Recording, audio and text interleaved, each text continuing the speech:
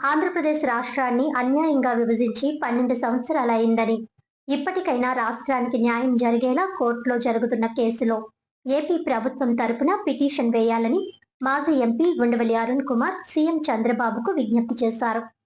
స్థానిక ప్రకాశం నగర్ ధర్మంచర community hall book bank లో బుధవారం జరిగిన మీడియా సమావేశంలో ఉండవల్లి మాట్లాడుతూ ఏపీకి తీరని అన్యాయం జరిగిందని, పార్లమెంట్ సాక్షిగా ప్రధాని నరేంద్ర మోడీ, మంత్రి అమిత్ షా అంగీకరించారని, దాని దృష్టిలో పెట్టుకొని ఏపీ విభజన చట్టాన్ని అమలు చేయాలని కోర్టు ద్వారా ముందుకు వెళ్లాలని కోరారు. దీనిపై గత 10 సంవత్సరాలుగా తాను న్యాయ పోరాటం చేస్తున్నానని, విభజన వల్ల ఏపీకి రెవెన్యూ లోటు బాగా పెరిగిందని, దాన్ని రాబట్టుకోవడానికి ఇదే సరైన మార్గమన్నారు. దీనిపై సీఎం చంద్రబాబు, ఉప ముఖ్యమంత్రి పవన్ కళ్యాణ్ కు తాను లేఖలు రాశానని వెల్లడించారు.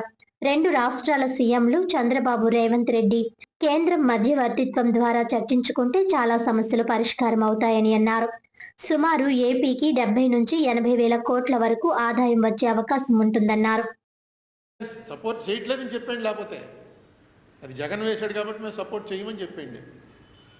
ఎందుకంటే జగన్ చేసినవన్నీ మీరు కంటిన్యూ చేస్తున్నారు. పెన్షన్లు కానీ, ఫీజు రియంబర్స్మెంట్ కానీ, అది రోజు చెప్తున్నారు. జగన్ కన్నా బాగా ఇస్తున్నాం, జగన్ ఇచ్చింది కన్నా వాళ్ళు 3,000 ఇస్తే మేము 4,000 ఇచ్చాం, వాళ్ళు ఇన్ని కోట్లు ఇస్తే మేము ఇన్ని కోట్లు ఇచ్చాం అని అవన్నీ బాగా చెప్తున్నప్పుడు ఇది కూడా జగన్ వేసిన దాంట్లో ఇక 4 పాయింట్లు వేయలేదు, మేము ఆ 4 పాయింట్లు కూడా వేస్తున్నాం, కోర్టు తేల్చండి మాకు జరిగిన అన్యాయం విషయమే అని చెప్పి అనొచ్చు. మరి ఎందుకంటలేదు? మీరు అన్న నిమిషంలో నేను ఉండను. పోనీ అరుణ్ కుమార్ వేసిన పిటిషన్లో మన సపోర్ట్ చేయటం అన్నది కూడా కాదు. మీరు పిటిషన్ వేయగానే నేను మైండర్ అయిపోతాను, మీది మెయిన్ అయిపోతుంది. దయచేసి ఇది కన్సిడర్ చేయండి. 12 ఏళ్ల నుంచి అడుగుతున్నాను, 12 కాదు 10 ఏళ్ల నుంచి అడుగుతున్నాను. ఇప్పటికైనా దీన్ని జరిగి 12 ఏళ్ళు అయిపోయింది. ఎప్పటికైనా దీని మీద టీడీపీ వారు, ఎందుకంటే బీజేపీకి ఏమీ ఎంబ్రాస్మెంట్ కాదు, ఆయన మోడీ గారు ఫీల్ అవుతాడో అమిత్ షా గారు ఫీల్ అవుతాడో అనుకోకలా, వాళ్ళు పార్లమెంట్లో ఆన్ రికార్డ్ ఏం చెప్పారో అవి కూడా నేను కోర్టులో ఫైల్ చేశాను. వాళ్ళే చెప్పారు ఆంధ్రాకి జరిగినంత అన్యాయం ఇప్పటివరకు పార్లమెంటరీ చరిత్రలో ఈ దేశంలో ఎప్పుడూ జరగలేదు అని మోడీ గారు అమిత్ షా ఇద్దరు చెప్పారు. ఎంపీలు బయట పట్టి కట్టేసి పట్ట తీసుకెళ్ళి బయట పారేసి బిల్లు పాస్ చేసామన్నారు, అదే పద్ధతి అని వాళ్ళు అడిగారు కాంగ్రెస్ని. వాళ్ళిద్దరూ ఫుల్ సపోర్ట్లో ఉన్నారు. ఆ రోజు జరిగింది నేను చెప్పిన మాటల కన్నా పెద్ద మాటలతోటి లోక్సభలో, రాజ్యసభలో 2 సభల్లోనూ చాలా గట్టిగా చెప్పారు. నేను అవి కూడా వెంటనే తీసి కోర్టులో వేశాను. అందుకని మీరు వాళ్ళు ఎవరన్నా ఫీల్ అవుతారేమో, మన రిలేషన్స్ పాడవుతాయేమో అనుకోకలా, వాళ్ళు అన్న మాటలే, వాళ్ళు అన్న మాటలను బట్టే మీరు వెళ్ళండి. కానీ దీనివల్ల ఏంటంటే అపరిష్కృతంగా ఉన్నటువంటి అనేక సమస్యలు, ఇప్పుడు మనం ఏమి ఆంధ్ర తెలంగాణ కలిపేయండి అన్నది కూడా మనం ఇన్సిస్ట్ చేయట్లే. కనీసం అందులో ఏపీ రిజర్వేషన్ యాక్ట్లో ఏవైతే పెట్టారో అది ఫుల్ఫిల్ చేయవలసిన బాధ్యత కేంద్ర ప్రభుత్వం మీద ఉంది. పార్లమెంట్లో క్వశ్చన్కి ఆన్సరే చెప్పేశాడు, మాకేం లేదండి మధ్యవర్తిత్వం, మేము మిమ్మల్ని అడగగలం తప్ప ఇది చెయ్యాలి అని మేము అనలేము. అంటే ఈ యాక్ట్ ఇంప్లిమెంట్ చేసే పవరు కేంద్రానికి ఉందా, రాష్ట్రాలకు ఉందా? పార్లమెంట్లో చేసిన యాక్ట్. ఇటీవల ఏదో డీలిమిటేషన్ మీద సబ్జెక్ట్ వస్తే ఆ సబ్జెక్ట్లో కూడా కేంద్ర ప్రభుత్వం, మన సుప్రీంకోర్టు వారు క్లియర్గా చెప్పారు. ఏమనంటే నిజమే, ఇన్నేళ్ళు అయిపోయింది, వాళ్ళ కోరికలు ఏం తీరట్లేదు, వీళ్ళు కోర్టుకు రావడం సమంజసమే, కానీ కాశ్మీర్తో దీన్ని పోల్చడం కరెక్ట్ కాదు. కాశ్మీర్లో డీలిమిటేషన్ ఎలా చేస్తున్నారండి?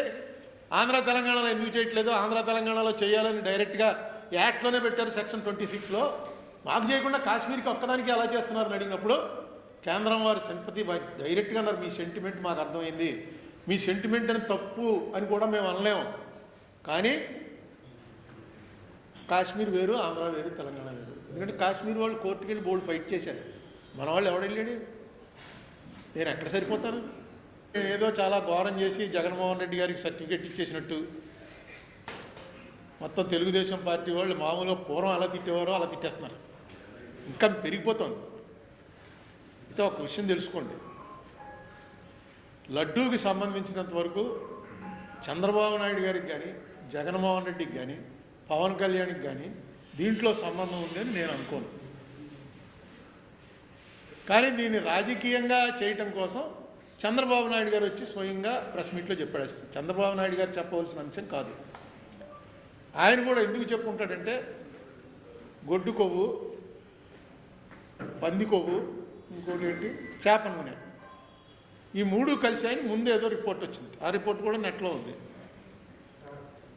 ఆ రిపోర్ట్ చూసి ఆయన ఇది మంచి పాయింట్, జగన్ని ఫినిష్ చేయడానికి మంచి పాయింట్ అనుకుని ఉంటాడు. ఆయన చెప్పాడు.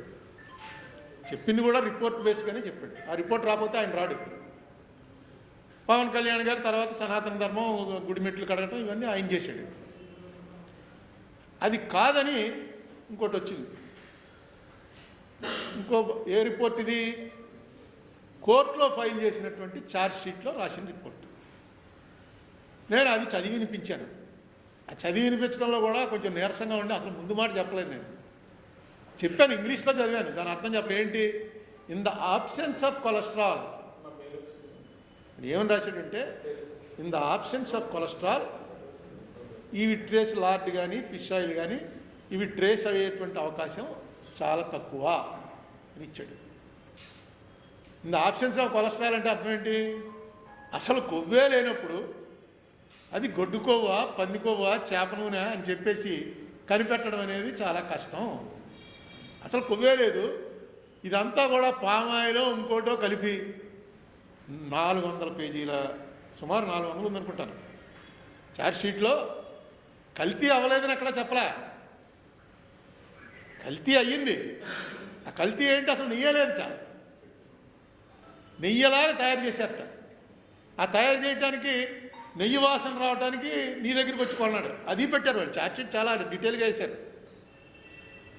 అలాగే ఆ నెయ్యి ఎలాగా దానికి ఏమంటారు ఫ్లేవరు, దానికి ముట్టుకోగానే నెయ్యిలో జిడ్డు తగలడానికి ఏదో ఒకటి వాడాలి. అదేమో కలకట్టాలో పలానా అప్పారావు అన్నవాడి దగ్గర కొన్నారు 210 కోట్లకి, వీడి దగ్గర 170 కోట్లకి ఇది కొన్నారు. ఇవన్నీ కూడా ఛార్జ్షీట్లో రాశారు. రాసి ఇందులో కొవ్వు మాత్రం కలిపారు అన్నది లేదు అన్నారు. ఆ కొవ్వు కలిపారని లేదన్న దానికి నా మీద కోపం వచ్చింది. ఆ తిట్లన్నీ సిబిఐ వాళ్ళకి చెందుతాయి, లేకపోతే ఆ రిపోర్ట్ ఇచ్చిన వాడికి చెందుతాయి. నేను ఎందుకు అన్నానంటే ఆ మాట నాకు పెద్ద ఉపశమనం వచ్చింది. నేను తిరుపతిలో ఎన్నిసార్లు గుండు చేయించుకున్నానో నాకు గుర్తులేదు. అన్నిసార్లు నేను తిరుపతి వెళ్ళినప్పుడల్లా ఆల్మోస్ట్ గుండు చేయించుకుంటాను. తిరుపతి లడ్డు అంటే ఈ మధ్య ఒక 30 ఏళ్ళ నుంచి ఆల్మోస్ట్ ఎవ్రీ వీక్ ఎవరో వాళ్ళు పట్టుకొచ్చి ఇస్తుంటారు. తిరుపతి లడ్డు మాత్రం చాలా స్వార్థంగా వీలైనంత నేనే తినేసి పక్కన ఎవడంటే చిన్న మొక్క పెడుతుంటాను.